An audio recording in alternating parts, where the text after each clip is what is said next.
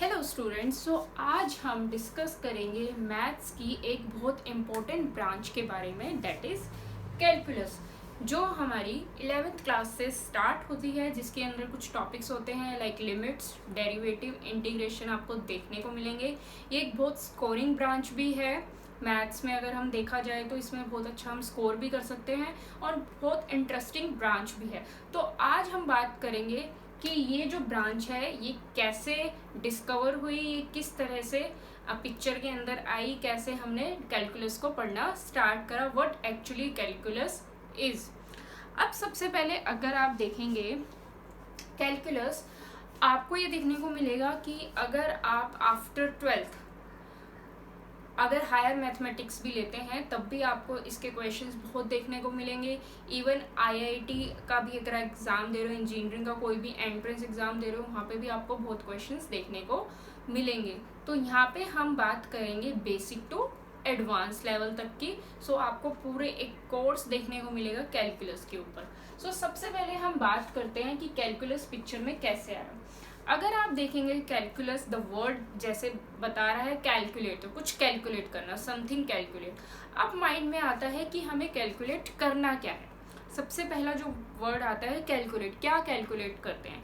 अगर मैं बहुत छोटे लेवल से बात करूं, बहुत लाइक बच्चों वाली बात करूं, तो कैलकुलेट का मतलब क्या होता है। Let's suppose I have 6 chocolate and मेरे पास 2 चॉकलेट्स और हो गई, तो यानी कि जो 6 चॉकलेट थी उसके अंदर चेंजेस आ गया। बेसिकली क्या हो रहा है, चेंज हो रहा है। हम क्या कैलकुलेट कर रहे हैं यहाँ पे, चेंज। एंड कैलकुलस का मतलब ही क्या है, चेंज। It means change.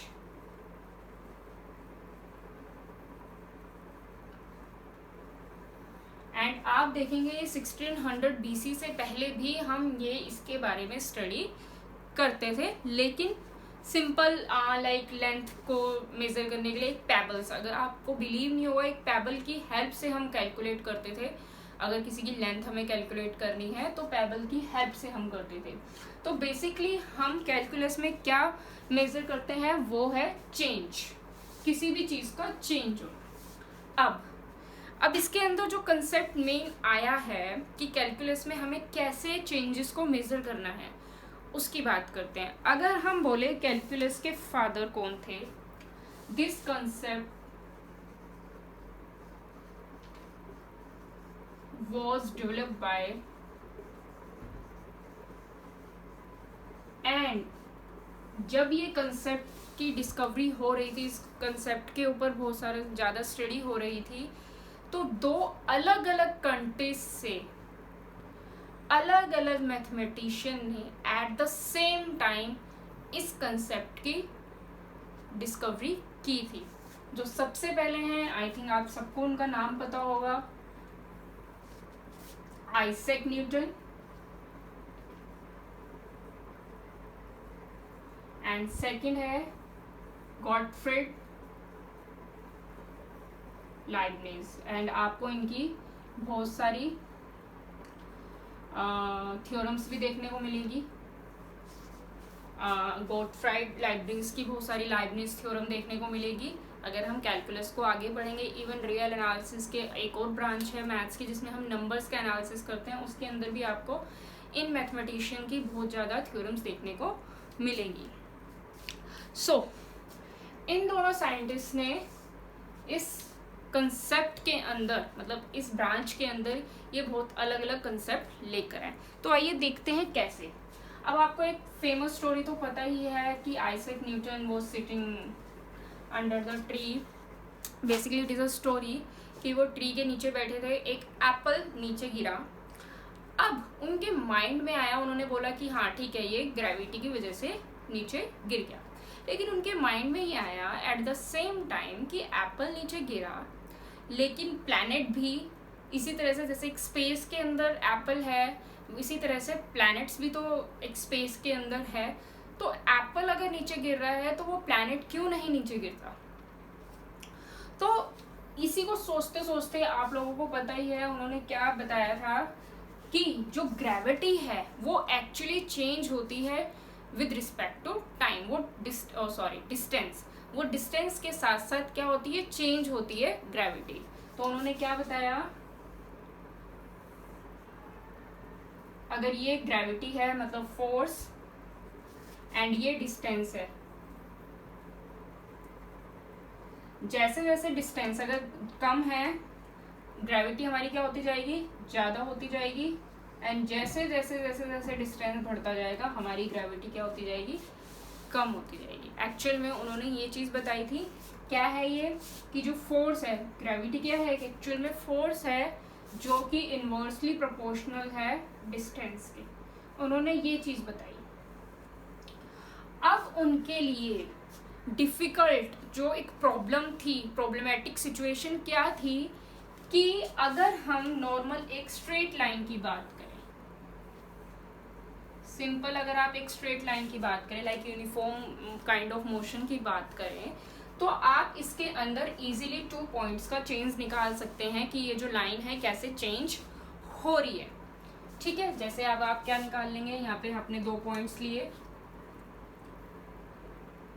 तो आप इनका बेसिकली क्या निकाल सकते हैं, ग्रेडियंट निकाल सकते हैं इन 2 पॉइंट्स का, जिसे हम बोलते हैं, ये राइज बोलते हैं इसे, और इसे रन बोलते हैं। तो ग्रेडियंट कैसे निकलता है, ग्रेडियंट कैसे निकालते हैं, जी, जिसे हम एम भी बोलते हैं, स्लोप, अगर आपने पढ़ा हो तो वो कैसे निकलता है, राइज डिवाइडेड बाय रन, कि इन 2 पर्टिकुलर पॉइंट पे किस तरह से ये जो लाइन है, कोई पर्टिकुलर फंक्शन है, ये कैसे चेंज हो रहा है।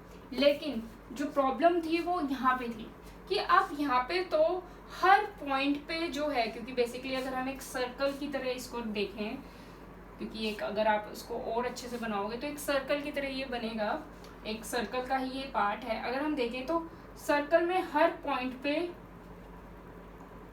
चेंजेस होते हैं।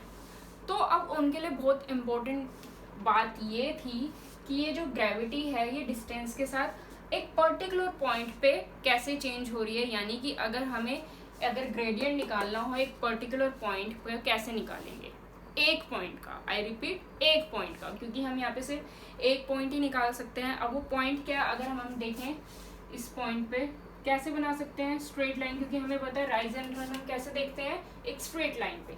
तो अब हमें पता है यहाँ पे एक स्ट्रेट लाइन कैसे बनेगी, टेंजेंट। बेसिकली टेंजेंट का मतलब क्या, विच इज टेंजिबल, जो सिर्फ जस्ट टच होके निकलती है। अब टच होके जा रही है तो यानी कि यहाँ तो सिर्फ हमें क्या मिल रहा है, एक ही पॉइंट देखने को मिल रहा है। बट राइज एंड रन हम कैसे निकालते हैं, हमारे पास 2 पॉइंट होने चाहिए एक्चुअल में। अगर आपको मैं बताऊं, ये है हमारा x1 y1 कोऑर्डिनेट एंड ये है x2 y2 कोऑर्डिनेट। तो हम कैसे निकालते हैं, x2 minus x1 y2 minus y1। So for this we actually need 2 points, but यहाँ पे हमारे पास सिर्फ 2 पॉइंट है।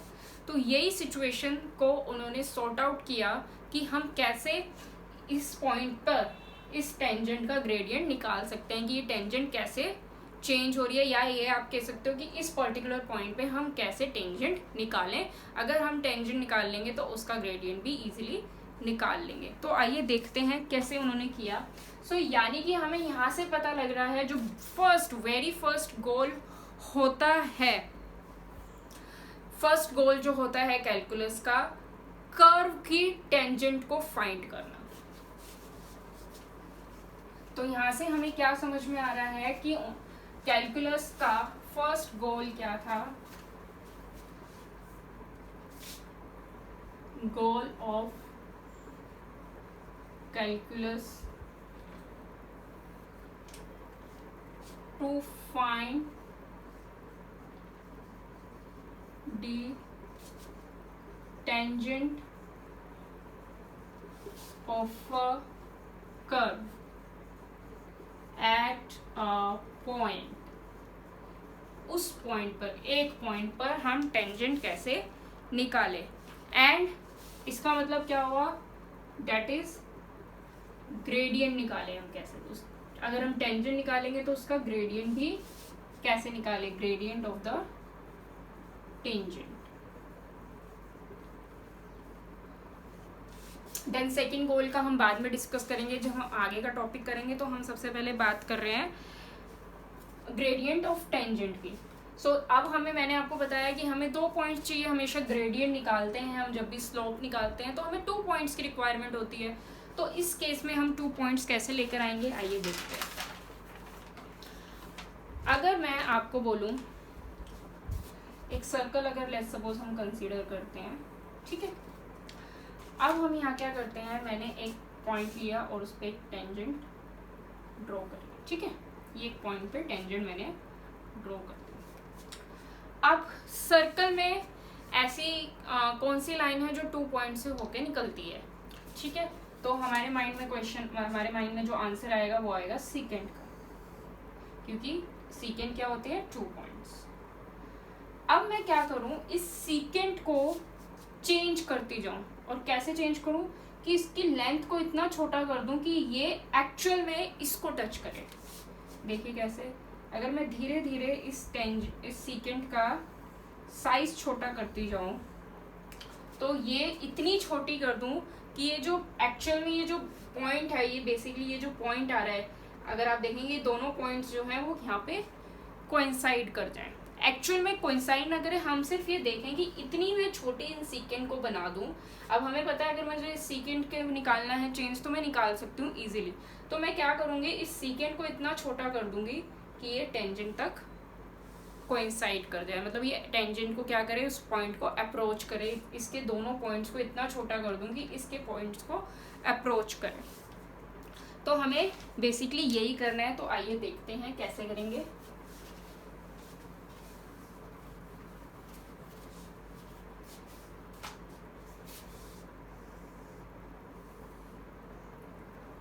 अब हम एक फंक्शन ले लेते हैं, कुछ ऐसा फंक्शन ले लेते हैं, ठीक है। अब इस पे एक पॉइंट पे टेंजेंट है और यहाँ पे एक सीकेंट है, ठीक है। अब देखिए ध्यान से, अब मैं इस टेंजेंट को छोड़ देती हूँ पहले।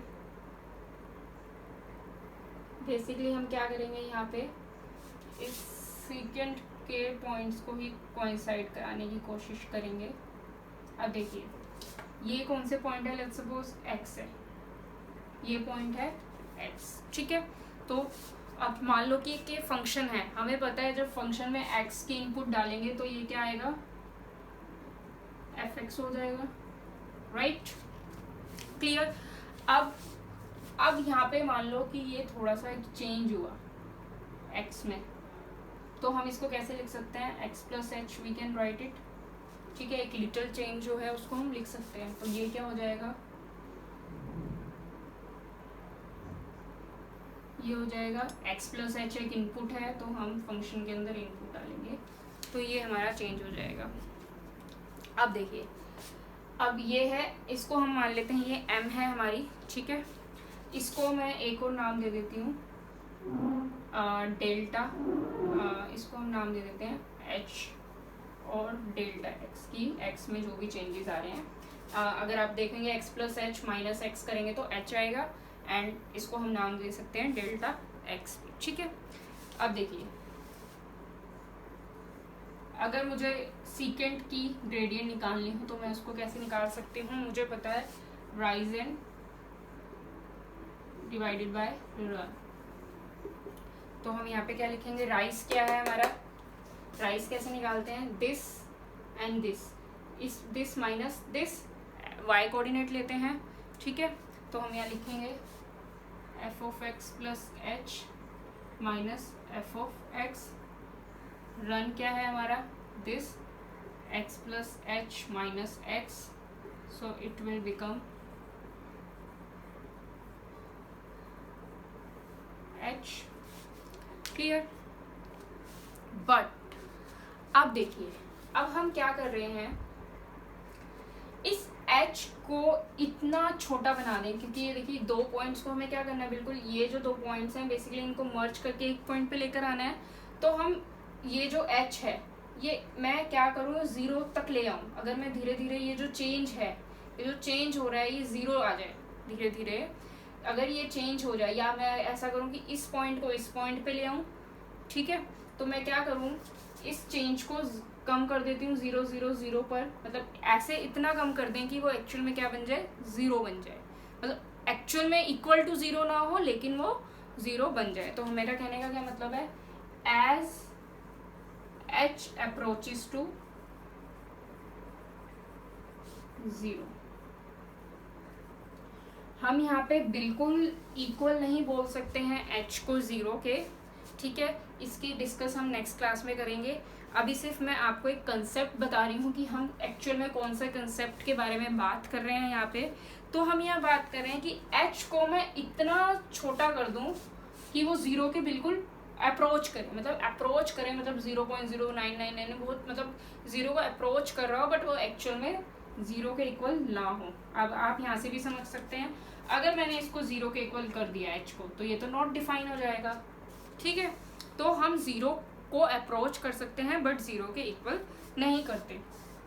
अब देखिए सीकेंड हमने निकाला 2 पॉइंट्स की हेल्प से, लेकिन जब h इसको अप्रोच करेगा तो यहाँ पे सिर्फ हमारे पास 1 पॉइंट रह जाएगा और वो एक्चुअल में किसका ग्रेडियंट होगा, ये जो है ये किस में कन्वर्ट हो जाएगा, टेंजेंट के ग्रेडियंट में। तो हम यहाँ पे क्या लिख सकते हैं, तो यहाँ पे ये बदल जाएगा एक्चुअल में और ये बन जाएगा टेंजेंट, ठीक है। और हम इसको क्या लिख देंगे, हम यहाँ पे क्या बोल रहे हैं,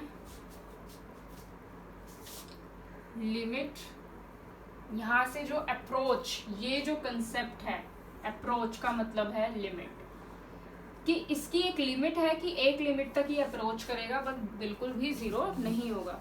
ये जो अप्रोच का मतलब है h approaches to zero is actual a limit. और यहीं से लिमिट का कंसेप्ट जो है डेवलप्ड हुआ कि लिमिट क्या है एक्चुअल में, कि कोई भी जो वैल्यू है, यहाँ पे अगर हम बात कर रहे हैं x की, अगर x h को अप्रोच कर रही है तो ये फंक्शन पर क्या चेंजेस आएंगे, तो फंक्शन क्या करेगा इस केस में, तो ये हो जाएगा h approaches to zero F of X plus h minus F of X upon h।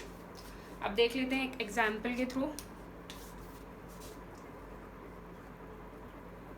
Limit x approaches to 5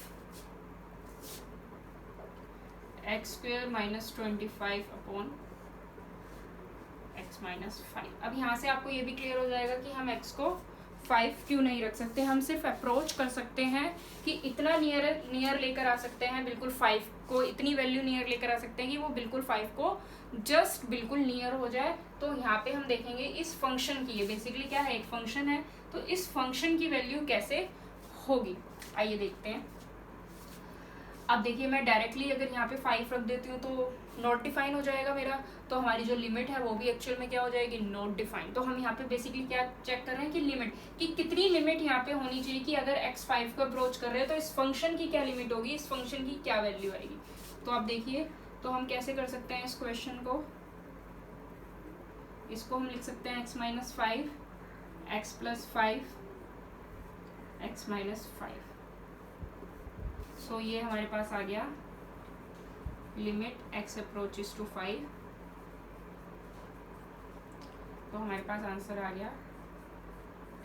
actual में जो ये फंक्शन है वो किसके पास जा रहा था, 10 के पास जा रहा था। तो this was the concept of limit which is actually the first principle of calculus. इसको हम क्या बोलते हैं, ये जो हमारे पास आया है फॉर्मूला, फर्स्ट प्रिंसिपल ऑफ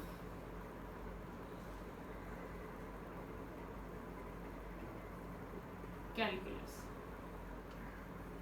सो हम नेक्स्ट क्लास में, एज हमने आज लिमिट का एक कंसेप्ट जो है वो इंट्रोड्यूस किया है, तो हम नेक्स्ट क्लास में देखेंगे कि हम लिमिट्स कैसे फाइंड आउट कर सकते हैं एंड एक्चुअल में what is the main concept of limit, कि लिमिट कैसे हम चेक करते हैं कि किसी भी फंक्शन की एग्जिस्ट कर रही है या नहीं कर रही। सो आज के लिए इतना ही।